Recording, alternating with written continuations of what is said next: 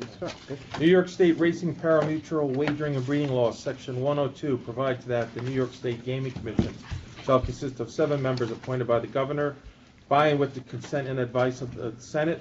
4 members confirmed by the New York State Senate are necessary to afford the commission an ability to establish a quorum and undertake action. This present meeting of the commission is now called to order.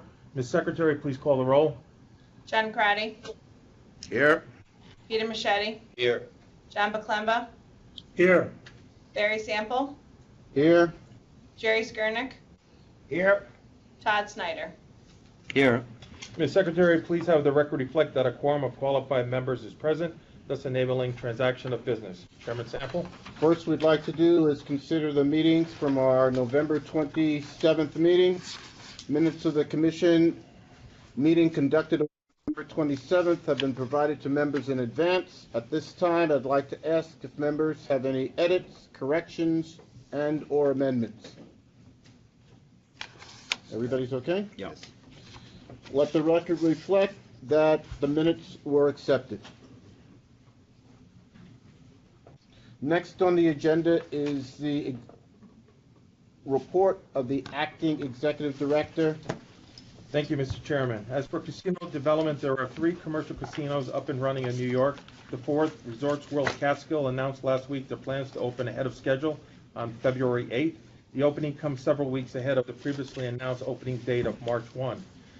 The facility will offer patrons 150 live table games and 2,150 state-of-the-art slot machines. Guest amenities will include 332 all-suite luxury rooms, which include 12 penthouse suites, 8 garden suites, and 7 two-story villas, 2 indoor pools, a spa and fitness center, and year-round 2,500-seat event center. Resorts World Catskill will feature extensive casino gaming options, first-class amenities, and luxury accommodations, all within 90 miles of Manhattan. It is the cornerstone of a $1.2 billion project that will include the casino resort, a planned entertainment village, an indoor water park lodge where construction is now underway and expected to open early next year, and an 18-hole Rees-Jones designed golf course. The Resorts World Catskill Casino is expected to provide more than 1,400 jobs to the region. Resorts World Catskill will be open to the public 24 hours a day, 7 days a week, 365 days a year. I should also mention that the Oneida Nation will be opening their 3rd casino, Point Place Casino in Bridgeport near Syracuse, on March 1. The $40 million facility will offer 65,000 square foot casino and feature 500 slot machines and 20 table games. Any comments on the report? One of the things that you may want to mention, particularly if we can get that information out publicly as much as we can, and something we may want to work with communications on. You talk about the 1,400 jobs in the Catskill region, but from what I was hearing is we're having an issue in finding enough qualified candidates for the positions that are there. Can you give an overview of what that situation looks like? Yeah, at the time right now, we've been speaking with Resorts World Catskill, and they have indicated that they are hopefully close to getting to the 1,400 by the opening date of February 8th. So we're hoping that they will get more people to apply between now and the opening date. Okay. The next item on the agenda is rulemaking. New York State Racing, Parimutuel Wagering, and Breeders' Law authorizes the Commission to promulgate rules and regulations as it deems necessary. To carry out its responsibilities in that regard, the Commission will from time to time promulgate rules and rule amendments pursuant to the State Administrative Procedure Act.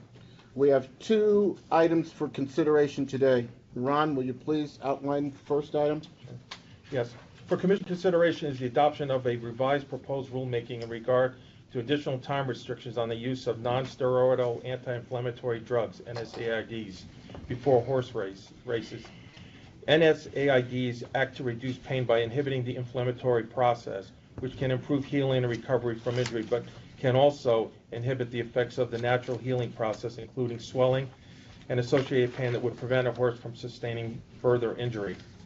The intent of this rulemaking is to prevent concurrent and otherwise excessive administrations of NSAIDs and racehorses. This practice, commonly known as stacking, could be employed to enhance and disguise the presence of prohibited substances in horses from regulated testing methods.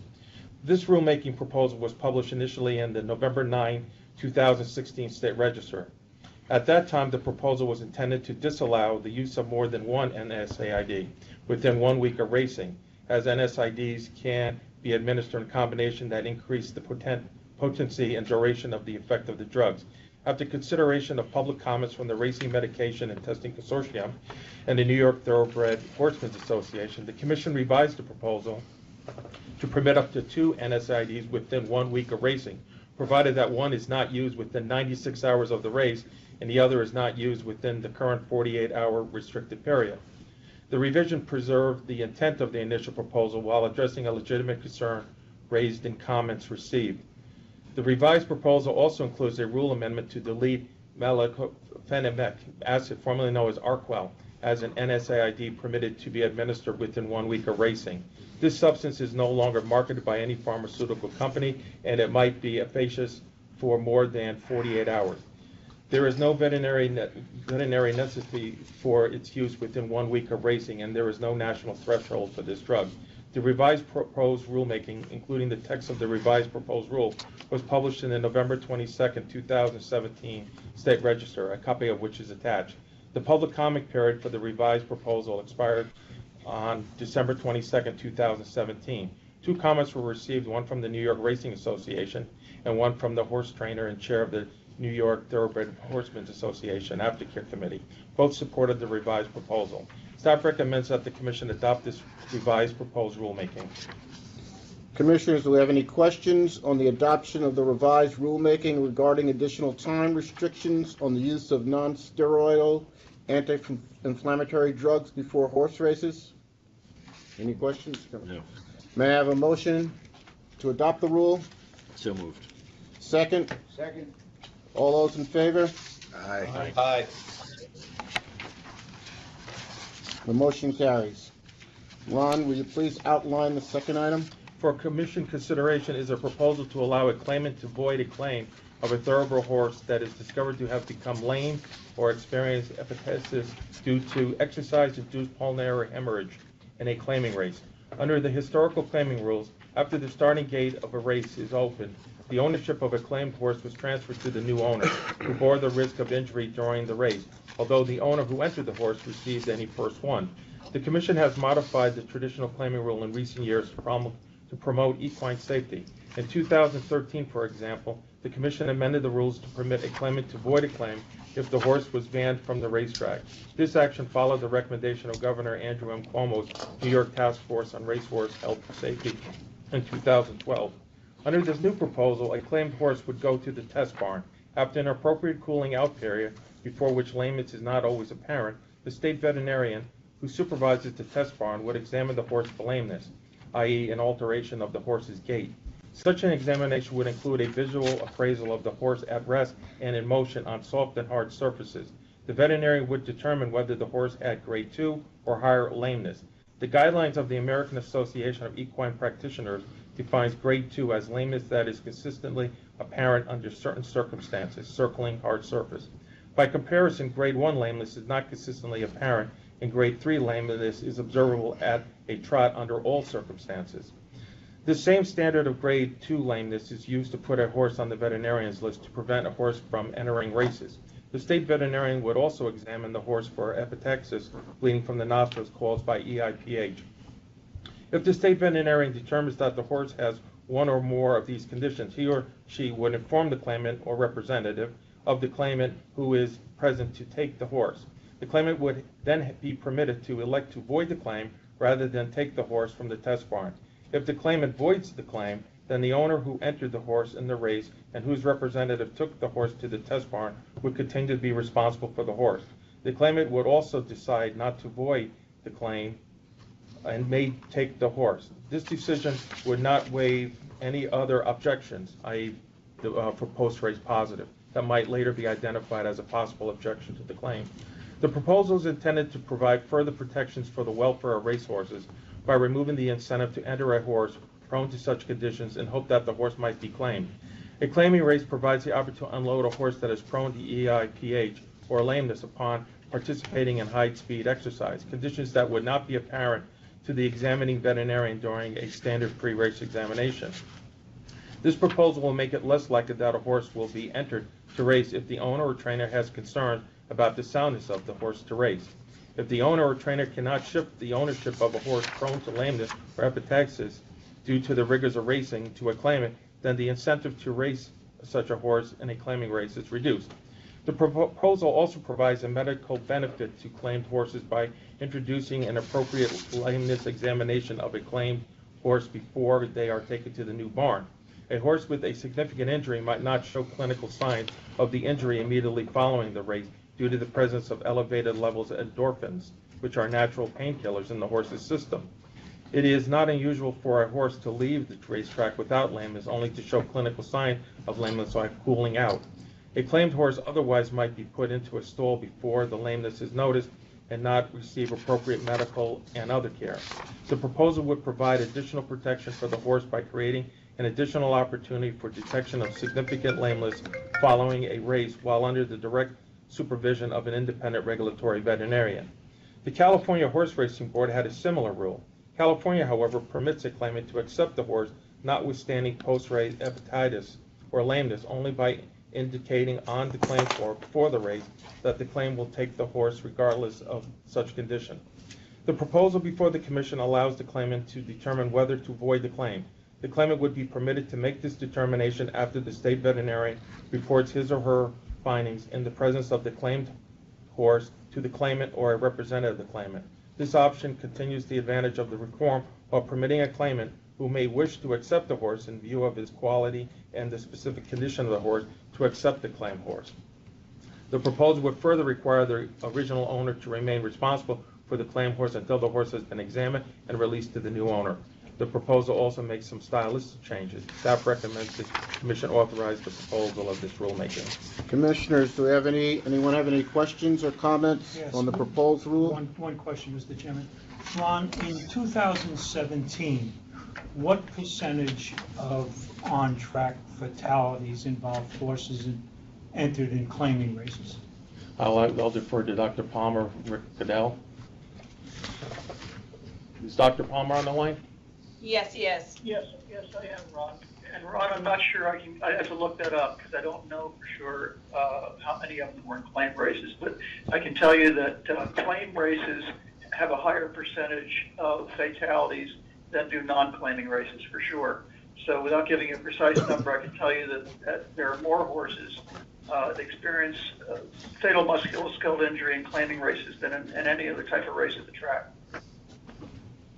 So, Doctor, would you say that this proposal would benefit the effort to reduce fatalities? Yes, I believe it would. Thank you. Yeah, I'm a little concerned about the type of disputes that we're inviting in the future, right? Right now we have a nice clear rule, and we're giving up the nice clear rule for probably good and valuable reasons. But what we're inviting is a great deal of complexity in future disputes where someone says, the circumstances of the exam or the person who gave it or the way it was administered, weren't appropriate. To piggyback on the timeline, you race, you go to the veterinarian barn, Go to the test barn, everyone who races, only the ones that are claimed. oh, they're the claimants, okay? So then the vet looks at him there and says he's okay, Well, it would grade it 1, 2, 3. First he cools. Yeah. right? They cool down, Then and he then would- he grades him. Grades it. And then whatever he grades it, then the determination is made whether to accept the claim or not. And is there a set number that, Hey, Scott, can you explain the levels 1, 2, and 3? Certainly. The levels 1, 2, and 3 are standard universal guidelines prepared by the American Association of Equine Practitioners. And when Ron read the proposed memo, he described each one of these conditions. The issue, though, I'd like to just mention, take a kind of a little bit broader look at the question. And the question really is, as I understand it, that are we inviting opportunities for disagreement about whether or not the horse meets criteria for rejecting Right. the claim? That's the core issue, I believe. Yes. I think the most important thing to understand about the use of the grade 2 lameness is that is the grade that's used by the examining veterinarians, the regulatory examinarians, when they do their pre-race inspections to determine whether or not the horse is going to run that day. And then they if the horse is found to be grade 2 lame, the horse goes on the vet's list. Now, once the horse is on the vet's list, he can't race until he is removed from the vet's list at a later time. Now, if we apply, by using the same criteria in the test barn, the regulatory veterinarian who will be doing that examination will look at the horse and trot the horse on a hard surface, for example, which is one of the criteria for a grade 2 lameness. If the horse is lame at the trot in that regard, he will call the stewards and recommend the horse be put on the vet's list.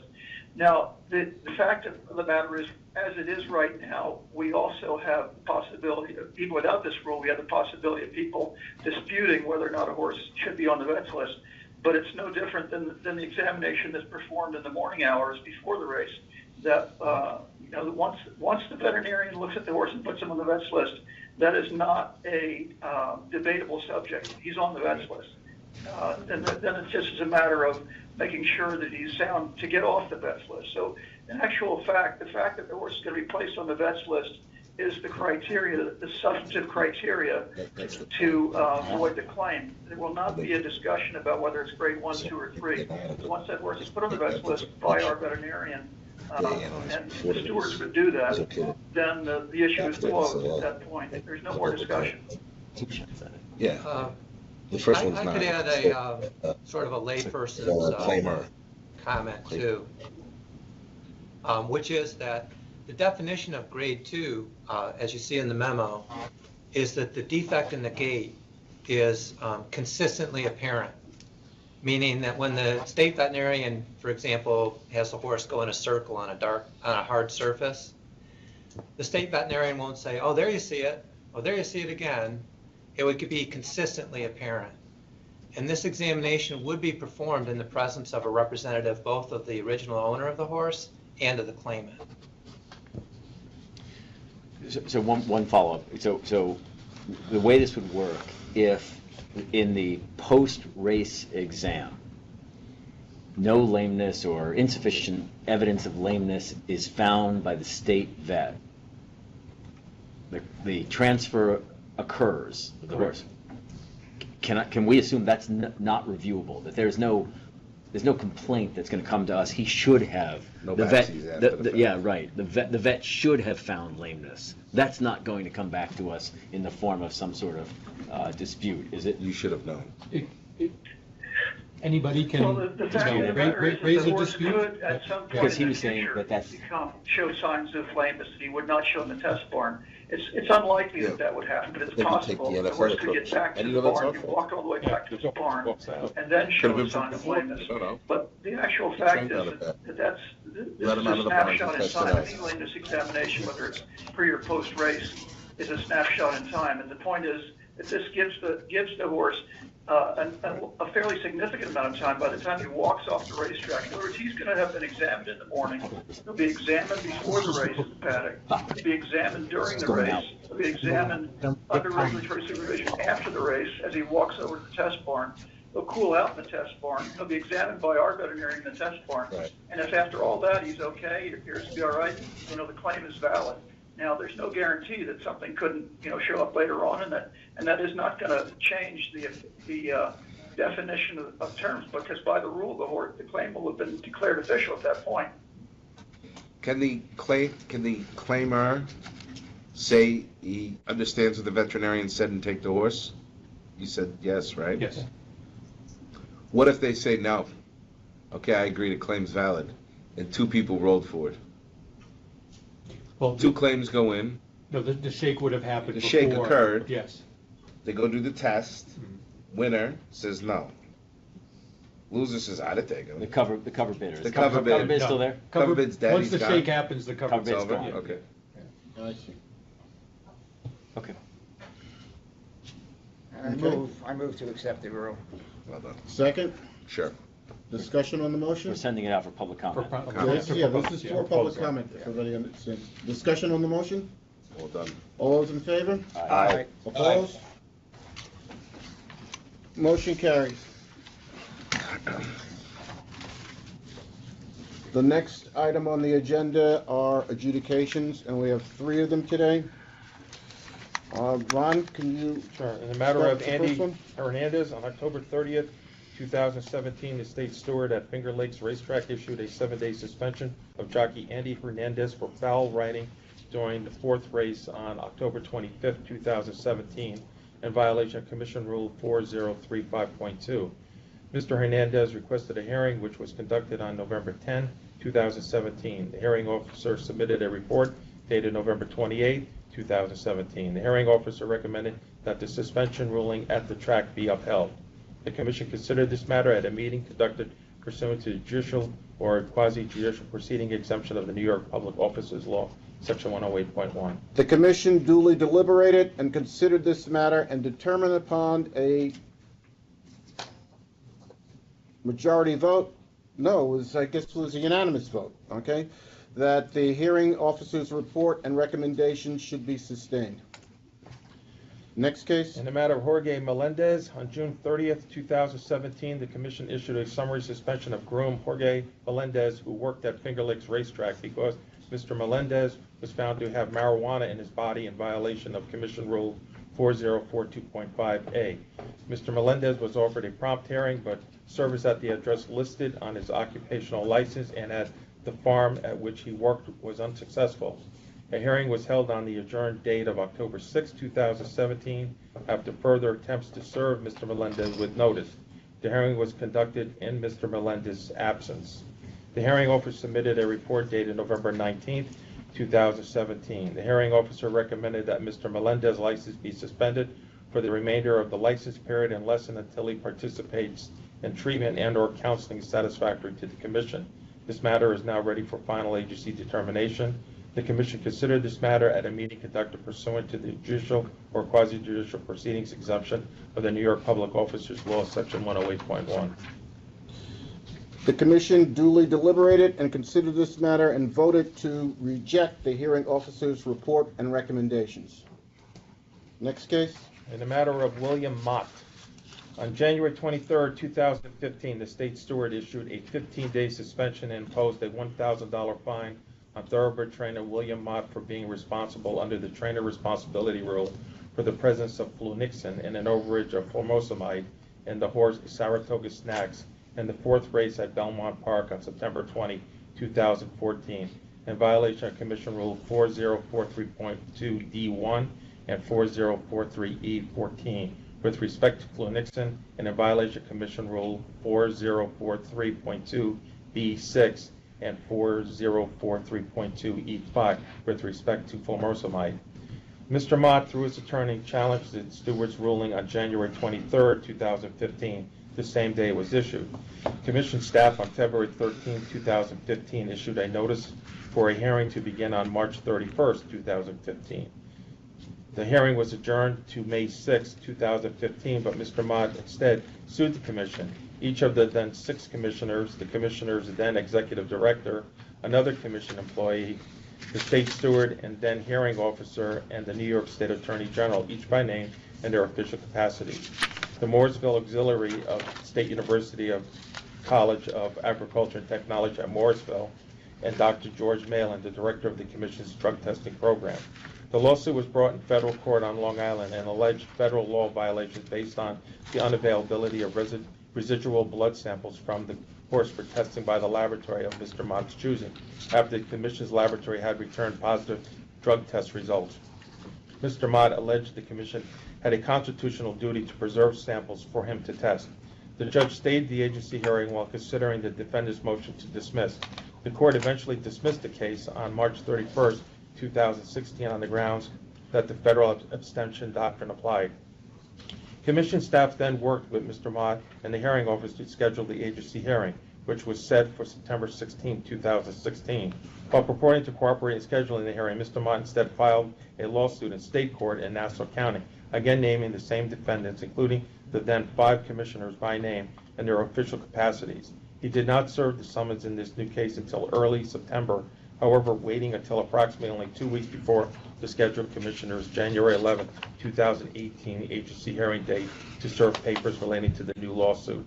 The judge in Nassau County denied Mr. Mott's request for a temporary restraining order and preliminary injunction, concluding that Mr. Mott had failed to show that the unavailability of a residual blood sample from the horse was in bad faith or intentional, or that proceeding with an agency would cause Mr. Mott irreparable harm. The case was transferred to Schenectady County by order dated December 9, 2016, at the request of the defendants. The judge presiding over the court case has stayed activity in the lawsuit pending determination of this agency hearing. The hearing was conducted on January 30th, May 10th, May 11th, May 12th, July 19th, July 20th, and August 11th, 2017. The hearing officer requested post-hearing briefing, which was completed on November 10th, 2017.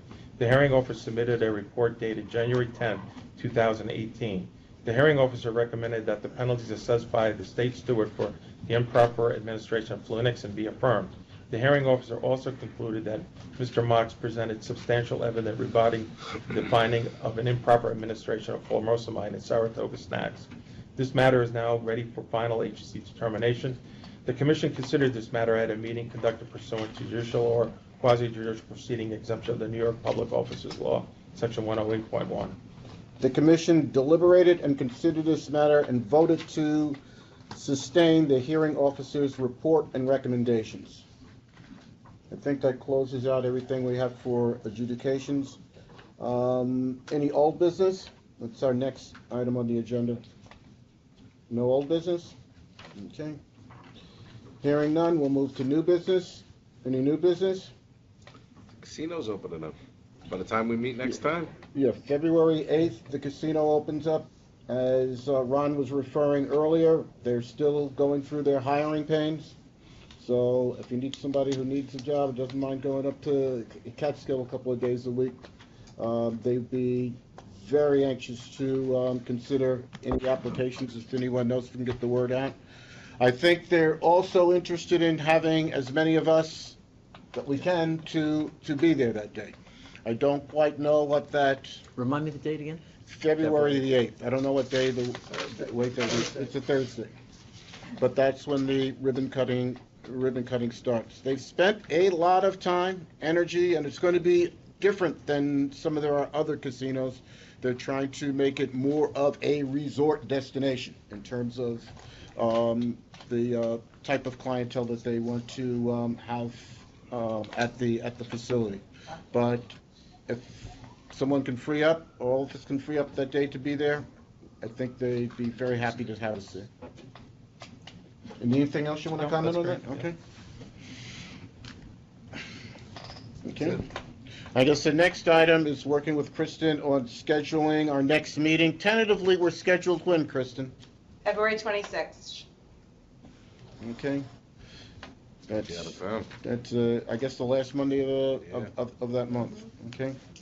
So I think I'm out of town. we've already had one person said they're out of town that day. So if you can canvass everyone to try to get a fix on what works for what will work and what will not work.